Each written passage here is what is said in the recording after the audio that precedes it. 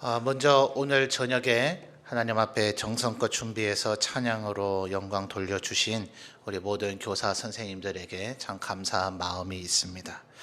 사실 명절 이미 금요일 저녁부터 명절이라고 봐야 되겠죠. 그래서 올해 연휴가 굉장히 길다 이런 얘기들 언론에서도 보도를 많이 해서 이 저녁 예배 때 교사헌신 예배가 과연 잘 드려질 수 있을까? 사실 장로님들도 고민이 굉장히 많으셨어요. 돌아오는 주일에는 또 단기 선교팀 돌아오고 나면 선교 보고 대회도 해야 되겠고, 또 우리 안수 집사님 한 분에 대한 은퇴식도 해야 되겠기에 할 수 없이 오늘 그런 예정대로 정해져 있는 대로 교사 헌신 예배를 지금 드리고 있는데요. 그래도 많은 선생님들이 자리를 지켜주셔서 함께 찬양 드려주셔서 참 감사한 마음이 있습니다.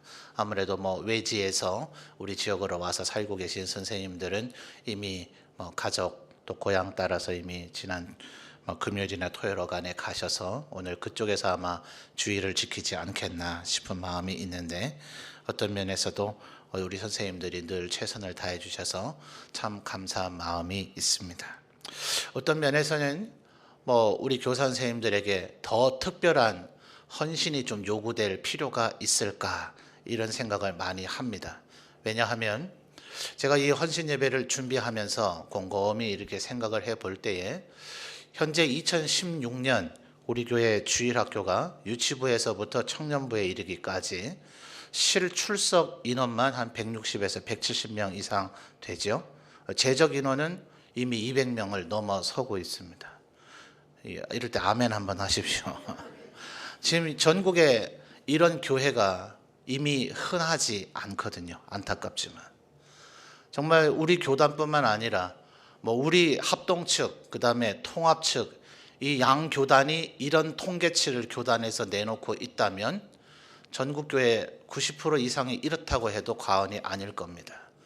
지금 유치부나 초동부, 유년부 이런 부서가 아예 없는 교회가 몇 퍼센트, 청년부 아예 전혀 없는 교회가 몇 퍼센트, 이런 수치가 적은 수치가 아니라 오히려 더 많습니다.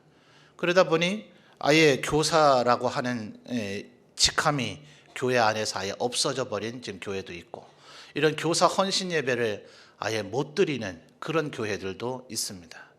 교사 헌신 예배를 드릴 수 있음 자체가 얼마나 참 감사하고 귀한 일인가 하는 거죠. 아마 인구 대비를 생각한다면 우리 교회도 능히 교단 신문에 좀 나올 만하지 않나 싶어요. 김문영 장로님, 우리 기독신문 기자하고 한번 면담 한번 해보시죠. 간혹 그 기독신문, 우리 교단의 기독신문에 보면 잘 되고 있는 교회들에 대한 기사들 나오고 있는데요. 물론 초대형 교회들이 있어요. 10만 명, 몇만 명 되는 이런 교회들이 기사가 나기도 하지만, 그렇지 않은 교회들 중에는 제가 그쪽 목회자를 아는 분들도 있는데 제가 그 교회도 가보기도 했지만 별로 우리하고 다를 바가 없어요. 그러니까 우리 교사 선생님들도 어쩌면 이런 지방의 중소도시에서 무슨 어마어마한 다른 전국교회가 와서 우리 교회에 배워갈 만한 특별한 프로그램을 갖고 있는 것이 아닌데도 불구하고 이렇게 많은 어린이들, 학생들을 키워내고 있다 하는 것은 아마 전국교회, 제 생각에는 소망이 될 수도 있지 않을까. 왜 그러냐 하면요, 왜 우리 이런 일들이 벌어졌는가? 한국 교회가 열심히 없는가?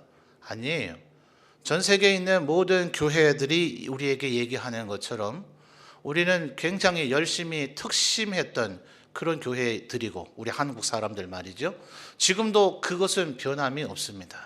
근데 왜 도대체 주일학교가 지금 이렇게 되었는가? 요즘 들어서 이제 어쩌면 이미 소 잃고 이제 외양간 고치는 격이 되어져 버린 것이 아닌가, 이미 지금 한 템포 좀 너무 늦어버린 것이 아닌가 하는 이런 우려가 있지만, 그래도 어떻게 해요? 지금이라도 진단을 해서 빨리 대응 방법을 생각해내고 다시 주일학교를 되살려야 되지 않느냐 하는 이런 교계 지도자들의 이제 반성이 있는 거죠. 근데 사실 이 진단이라고 하는 것이 그렇게 쉽지가 않습니다. 인간 한 사람에 대한 진단과 분석도 쉽지 않을진데 교회가 왜 부흥하는가, 왜 부흥하지 못하는가, 주일학교가 왜 그런가, 이런 것에 대한 진단 분석이 어떻게 그렇게 무자르듯이 뚝뚝 나올 수가 있겠어요. 그래서 그들의 분석들이 과연 다 맞느냐, 뭐 이런 것도 여전히 지금 논란 중이기는 합니다만, 우리 한국교회 주일학교가 이렇게 지금 붕괴되고 좀 몰락되어진 이유는 어떤 면에서 우리가 너무나 방법론에 몰두했던 것이 아닌가. 세상이 끊임없이 변한다고 우리들 늘 얘기를 했습니다. 과거 초창기에 한국 교회가 우리나라에 들어왔을 때는 선교사님들이 가지고 들어왔던 신문물, 그렇죠? 여러분, 세종대왕께서 한글을 만들어내기는 했지만 선교사님들 밑에서 성경이 번역되어지고 성경 말씀을 정말 저렴한 가격에, 정말 말도 안 되는 가격에, 거의 공짜였어요. 그러나 절대로 무료로 주지 않은 것은 그들이 대가를 지불해야만 이 책의 가치를 소중히 여길 것이라고 여겼기 때문에 그렇습니다. 그래서 초창기 전도를 했던 사람들은 성경을 팔았다 하는 의미에서 권서인이라고 불려지기도 했어요. 바로 그런 성경을 나눠주고 성경을 배포하고 성경을 읽게 하고 하는 이런 것에서부터 실제로 우리나라의 문맹률이 많이 깨졌습니다. 아이러니하죠? 세종대왕이 한글을 만드신 건 이미 수백 년 전의 일이지만 조선시대는 끊임없이 한문, 한자에 대해서 대국을 숭배하는 의식 속에서 그것이 양반의 글이라고 여겨졌고, 한글은 쌍놈의 글이나 여인들의 글로 치부되어졌고, 여인들과 상놈들에게는 교육의 기회가 제공되지 않았기 때문에 한글은 존재하나 읽혀지지 않고 사용되지 않는 글자로 화석화되어질 위험이 있었습니다. 그런데 그것이 한국 교회 선교사님들과 함께 들어온 문물들과 함께 교회는 교육을 제공하고 글을 읽게 만들어주고 신문물을 제공하는 앞서 나가 있는 최첨단의 문명 문화의 장소이기도 했습니다. 근데 이것이 이제 사회가 점점 발달해 감에 따라서 그들의 전문 분야들이 발달되니까 교회가 이것이 추월되어졌다라는 것에 대해서 우리들 말들 다 들어보셨을 거예요. 들어본 기억나시죠? 초창기에는 한국교회가 세상을 앞서 나갔지만 이제는 세상에 뒤진다. 자, 여기에 우리가 초점을 너무 맞춘 나머지 그러면 어떡하냐, 우리가 세상을 따라가야 될 것이 아니냐라고 하면서 세상이 하고 있는 것에 대해서 우리도 얘기하기 시작했고, 세상이 하는 것을 우리가 하기를 시작했고, 세상이 제공해 주는 것을 우리가 제공해 주려고 했고, 그것으로서 아이들의 마음을 얻으려고 하는 방법론에 몰두하기 시작했어요. 따라갈 수 있었겠어요? 없어요.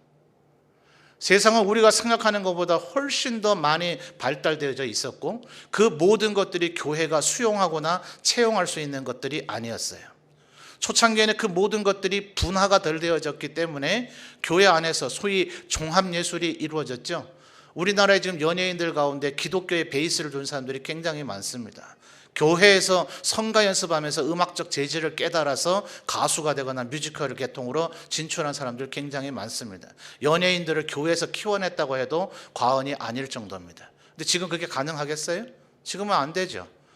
최근에 보니까 기도원에서 막 과격한 그 CCM에다가 춤을 춘 아이가 그 아이돌의 지금 연습생이 되었다가 아이돌 팀으로 지금 데뷔를 한 것이 되기는 했어요. 아주 극단적인 한 가지 예에 지나지 않죠. 이제는 세상이 춤이면 춤, 노래면 노래, 뭐 영상이면 영상, 이런 모든 분야가 각각 그 분화가 되어져서 발달이 되어져 버렸기 때문에 교회가 그것을 따라가려고 해봐야 따라갈 수도 없는 것이고, 애초에 첫 단추를 잘못 끼운 거였어요. 여러분, 그런 것으로 부흥되지 않습니다. 산 증거 가운데 하나가 우리 교회입니다. 어떠세요? 우리 선생님들. 우리가 세상에 서울도 대구도 울산에서도 전혀 얘기하지 않는 최첨단 문화와 그런 어떤 것들을 아이들에게 제공해 주고 있습니까? 아니잖아요. 만약 그것이 말맞는 정말 정확한 진단이었다면 그런 것을 효율적으로 최첨단 말이에요. 우리가 그렇다고 해서 계단이 낙후됐다 뭐 이렇게 이해하는 얘기가 아니라 지금 서울 강남이나 압구정동 같은 데서 제시해 주는 그 최첨단의 그 어떤 것을 우리 교사들이 줄 수는 있냐고요. 그건 아니잖아요. 그거 아니라면 우리 교회 지금 통통 비어 있었어야죠. 근데 그렇지 않은데도 불구하고 여전히 우리 교회에 어린아이들, 청소년들이 있다 하는 것은 그 진단이 올바른 것이 아니었다 하는 거예요. 무엇이 문제였을까요? 오히려 선생님들이 우리 교회가 그런 방법론에 몰두한 나머지 예수 믿는 사람이 무엇인가 하는 본질의 문제를 놓쳐버렸다는 거예요. 그러면 앞으로는 그냥 본질만 붙잡고 오직 하나님, 예수님, 우리 신앙과 교리, 말씀 이것만 전하면 세상에 대해서 전혀 무관심해도 되는가? 물론 그것은 아닙니다.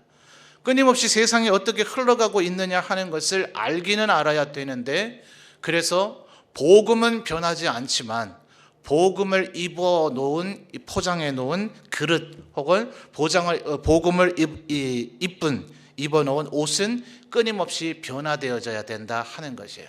근데 문제는 교육자들이나 우리 교사들이 우리의 마음속에 이 복음의 본질이 확고하게 서 있지 않으면서 포장지와 옷을 끊임없이 바꾸다 보니 우리가 이미 얕아져 버린 거죠.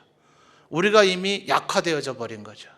그리고 교회가 사실은 이미 세속화되어져 버렸으니 아이들이 이곳에 왔을 때 세상과 다름을 발견할 방법이 없는 거예요.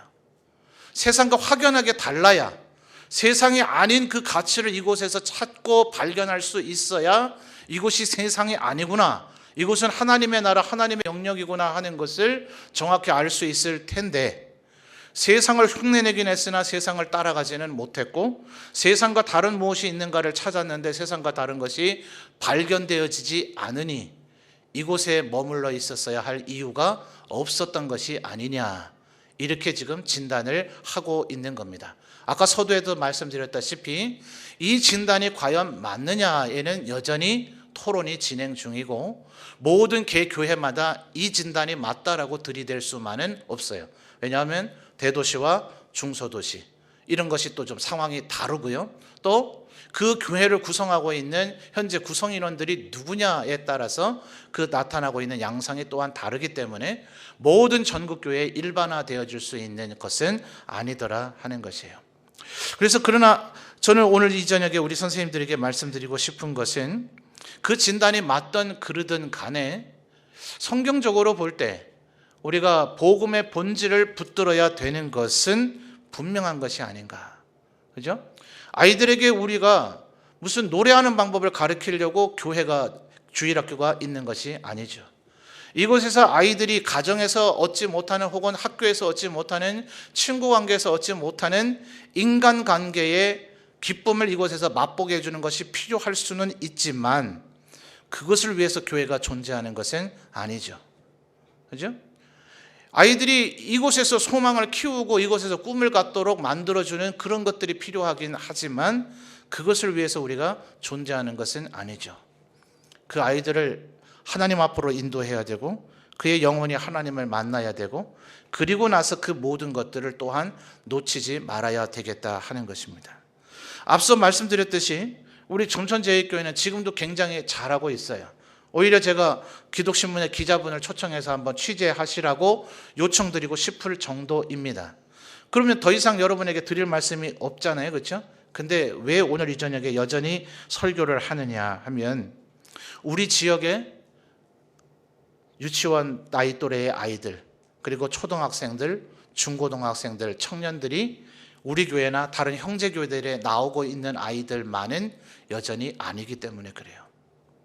다른 형제 교회들에 비해서 우리 교회는 칭찬받을 만하지만 이미 사역을 잘하고 있지만, 그러니 우리는 다 했다, 우리의 할 도리를 다 했고 우리는 이미 하나님 앞에 칭찬받을 만하다, 끝, 이래서 되는 것이 아니라 여전히 우리의 도움과 우리의 섬김, 우리의 손길이 필요한 다음 세대들이 우리 지역에 너무도 많이 있기 때문에 다시 한번 우리가 생각해야 될 원칙들을 생각해보고 더욱더 충성과 헌신을 다해 주시는 우리 선생님들이 되셨으면 좋겠습니다. 여러분, 오늘 우리가 읽은 말씀을 통해서 이 고린도 교회 당시나 또 오늘 우리가 겪고 있는 이 시절에서 우리가 살펴봐야 될 부분이 무엇인가. 15절을 먼저 보시면 그리스도 안에서 일만 스승이 있으되 아버지는 많지 아니하니 그리스도 예수 안에서 내가 복음으로써 너희를 낳았습니다, 이렇게 얘기하고 있죠. 여러분, 문맥상으로 볼 때 스승이 되라고 권유하고 있는 것입니까? 아버지가 되라고 권유하고 있는 것입니까? 아버지가 되라고 권유하고 있는 거죠. 이 번역이 사실은 조금 문제가 있는 것 같아요. 아니면 우리가 이 시대의 정황을 조금 더 알아야만 온전한 의미를 알 수가 있겠죠.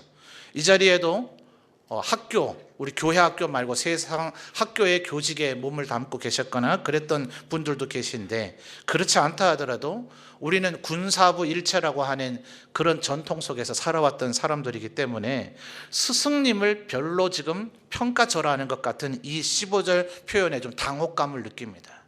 1만 명의 스승이 있지만 왜 아버지는 없느냐, 이렇게 얘기하니, 야, 이거 스승님 굉장히 좋은 존재인데 스승님이 안 좋다고 지금 얘기하는 것인가, 이런 당혹스러움에 우리가 직면하게 되는 거죠. 그래서 굳이 조금 더 의미를 살리려면 이 어휘가 스승이라고 번역해야 맞는 어휘이기 때문에 직역에 가까운 번역을 하다 보니 일만 스승이라 번역을 했는데요, 조금 더 의미를 살린다면 일만 연사나 일만 강사, 이렇게 차라리 번역하는 것이 훨씬 더 현대적으로 의미를 이해하기가 쉬웠을 것 같아요. 여러분, 이 고린도의 인근 도시에는 세계적으로도 유명한 아테네라고 하는 도시가 있죠. 아테네는 무슨 도시입니까? 철학의 도시고 우상의 도시입니다. 오죽하면 바울 사도가 아테네에 갔을 때 아무것도 없는 연단에다가 동상을, 보통 신상을 세워놨는데 아무것도 없는 그 기반 위에다가 밑에 받침대에 뭐라고 써놨어요? 알지 못하는 신에게. 얼마나 신을 숭배하고 신을 숭상하는 것을 즐겨했으면 제우스로부터 그리스 신화에 나타나는 수많은 신들을 숭배할 뿐만 아니라, 혹시 우리가 이렇게 수많은 신을 숭배하고 있는데도 불구하고 깜빡 모르고 놓쳐버린 신이 계시지는 않을까 싶어서 알지 못하는 신까지도 숭배하고자 했던 것이 아테네였죠. 그래서 바울 사도는 그 점에 착안해서 너희들이 알지 못하는 그 신, 그분을 내가 알려주마 하면서 하나님에 대한 탁월한 설명을 사도행전에 보면 시도하기는 했습니다.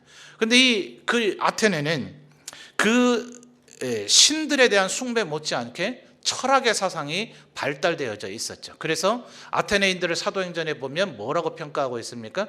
늘 새로운 것을 알고, 새로운 것을 말하고, 새로운 것을 듣고 토론하는 것을 제일 즐겨하고 고상한 가치로 여긴다. 하루 왼종일 그냥 강의 듣고 강사로서 연설하고 이거 하면 그냥 이게 제일 고상한 줄로 여기는 것이 아테네인들이었다 하는 거죠. 여러분, 제국은 지금 로마 제국이지만 그 로마 제국을 통치하고 있는 문화와 사상은 헬라입니다. 그래서 헬라 로마 문화라는 표현까지 나왔죠. 그러다 보니까 이 아테네 사람들이 아테네 안에서만 그렇게 한 것이 아니라 아테네의 사상이 로마 전역에 퍼져나간 겁니다. 그래서 데살로니가 전후서에 보면 바울 사도가 거기에서도 그런 표현을 하는데, 바울 사도는 절대로 데살로니가인들에게 헌금을 받아서 생활비로 쓰지 않았다는 거예요. 공개받지 않았다는 거예요. 자비량 선교를 했다는 거예요. 왜 그랬는가 하면 바로 그런 이들과 차별성이 구별되지 않기 때문에 그래요. 말하자면 이런 겁니다. 우리 지역에도 어디 가면 공터가 좀 큰 곳이 있나요? 넓은 광장 같은 곳이 이 서양 사회에서는 마을 입구에 어디나 있도록 되어져 있었는데, 그 마을 입구는 사람들의, 우리로 말하면 옛날 아낙네들 우물가 있죠. 우물가. 빨래하면서 온 동네 여론이 생성이 되어지고 루머가 파져나가는 근원지.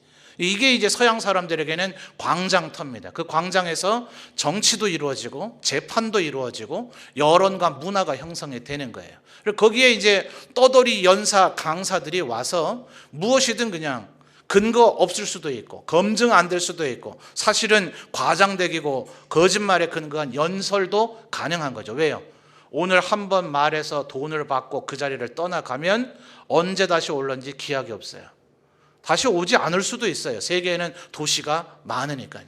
그런 연사 강사들이 한두 명이 아니었던 거예요. 자, 오늘날과 같이 인터넷이 발달됐으면 택도 없는 얘기겠죠. 저 사람이 하는 얘기가 틀린 얘기인지 맞는 얘기인지 검증이 될 것이고, 그 사람 얘기를 굳이 듣지 않아도 내가 원하는 시간에 인터넷 들어가서 클릭만 하면 전 세계 모든 정보들이든 문화든 또 노래든 영상이든 뭐든지 보도 듣고 읽을 수 있는 시대가 되어졌지만, 고대에는 그래요, 안 그래요? 고대로 갈 것까지도 없잖아요. 여기 계신 연세 드신 어르신들만 하더라도 어린 시절, 유년 시절에 동네에 한 대밖에 없는 TV 있는 집에 모여서 같이 보신 기억이 있어요, 없어요? 없으세요? 저만 아주 가난하고 궁벽하고 아주 그런 데서 살았군요. 하긴 뭐 문경 점천은 옛날에 다 잘 살았다 하더만요. 그러니까 다 집집마다 TV 있어서 안 그러셨나 봐요. 저는 친구에게 10원을 줘야 TV 볼 수 있는 동네에 살았는데 20원 줘도 가한테 밑비니까 안 들여보내주더라고요. 와, 그게 얼마나 서럽던지. 그러니 이 고대 사회는 어땠겠어요? 뭔가 이 얘기를 들을 만한, 연설을 들을 만한 그런 게 그렇게 흔한 일이 아닙니다. 그러니 누구라도 와서 연설한다 싶으면 그 앞에 모여서 돈도 주고 그 연설을 듣는 문화가 이 시절에는 형성이 되어져 있던 거예요. 그래서 여기서 말하고 있는 일만 스승이라 하는 것은 1차적으로 바로 그런 사람들을 지칭하고 있는 겁니다. 여러분, 다 그런 건 아니지만 간혹 교회에 헌신 예배 강사를 모시고 왔을 때도 이 목사가 담임 목사 되고 나서 보니까 강사 모시는 게 굉장히 힘든 일입니다. 참 우리 성도들에게 꼭 필요한 분을 모시기가 참 쉽지가 않아요. 어떤 분 보면 이 양반이 이런 양반이었는가, 예전에 교제할 때는 이런 분이 아니라고 여겼는데 책임질 수도 없고 감당치도 못할, 더 거칠게 말하면 대도하는 얘기를 하고 가는 거예요. 왜요? 본인은 한번 얘기하고 가면 그만이니까요. 여기에 남아서 계속해서 하나님의 일을 감당해야 될 그 사람들은 여러분, 물론 믿음 안에서 능치 못할 일이 없죠. 근데 모든 말이 다 말이 되는 건 아닙니다. 근데 간혹 보다 보면 책임질 수 없는 말을 해놓고 본인도 조차도 검증하지 못한, 그래서 지금 뭐라 그래요? 20절을 보시면 하나님의 나라는 뭐에 있지 않아요? 말에 있지 아니하고 오직 뭐에 있어요? 능력에 있단 말이에요.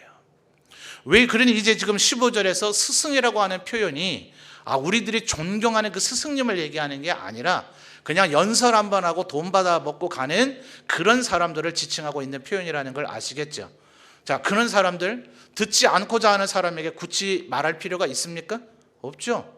10명이 되면 20명이 되든, 물론 뭐 20명이 얘기 듣고 돈 10원씩 주는 것보다야 100명, 200명이 듣고 10원씩 주는 게 본인 수입은 더 많아질 수 있겠지만, 이 어떤 사람이 오늘 내 연설을 듣느냐 안 듣느냐는 나에게 그렇게 심각한 문제가 아니에요. 나는 그냥 한 명이라도 듣고 10원이라도 얻어서 이 도시를 떠나면 내가 말한 것에 대한 수고에 대한 대가는 받았으니 그만이에요.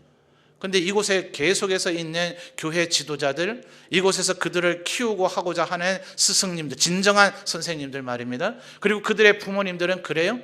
이 사람이 이 말씀을 듣고 변화가 되어져서 하나님의 거듭난 백성이 되어야 되는데 이 사람이 안 들으면 네가 안 듣든 말든 나는 상관이 없다라는 태도를 취할 수가 있겠냐고요.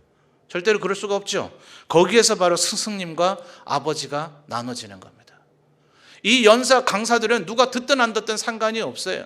그들이 내가 지금 들은 얘기들이 과연 1년이 지나고 나서 이루어질 것인가 아닌가는 상관이 없어요. 그냥 나는 오늘 말하고 멋있게 말하고 대단하게 말하고 아주 효과 있게 말하고 웅변적으로. 그래서 이 그리스 로마 시대 때부터 지금 어쩌면 교회가 2000년의 역사 가운데 속고 있는 것이 수사학적 설교입니다.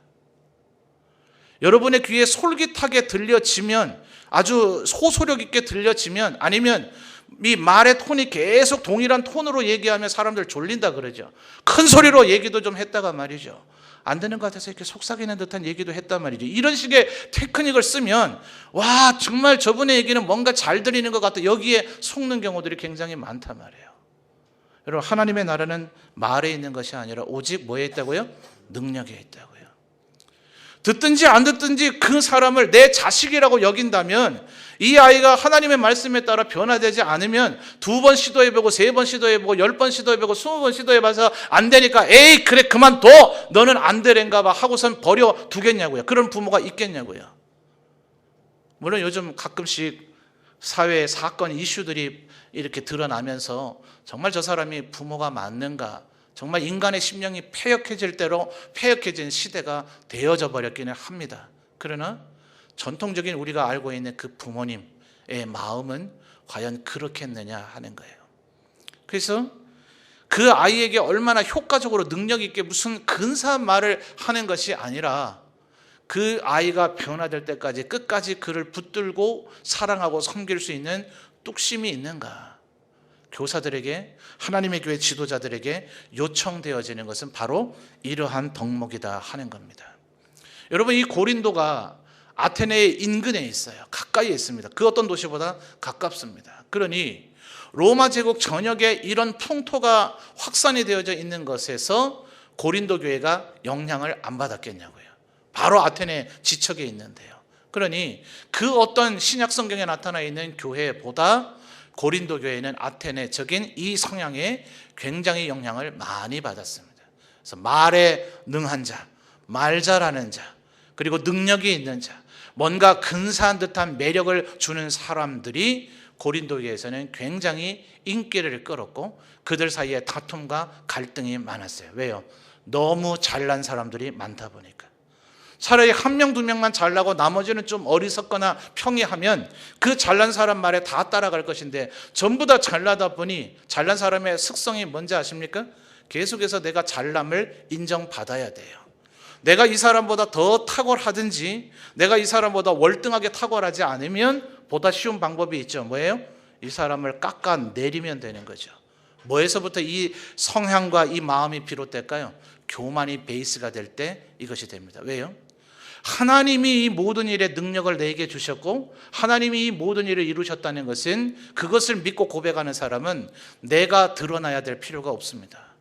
근데 하나님이 나에게 이걸 주셨다는 것을 잊어버린 사람, 아니 애초부터 믿거나 인정하지 않는 사람, 그리고 내가 드러나야 되는 사람은 그 마음의 기본 베이스가 교만함에 있기 때문에 끊임없이 내가 두드러지고 드러나고 칭찬을 받아야 되든지 아니면 다른 사람을 깎아내려서라도 내가 드러나야만 되기 때문에 고린도의 교회는 그 문제에 휩싸여 있었던 거예요. 심각하죠?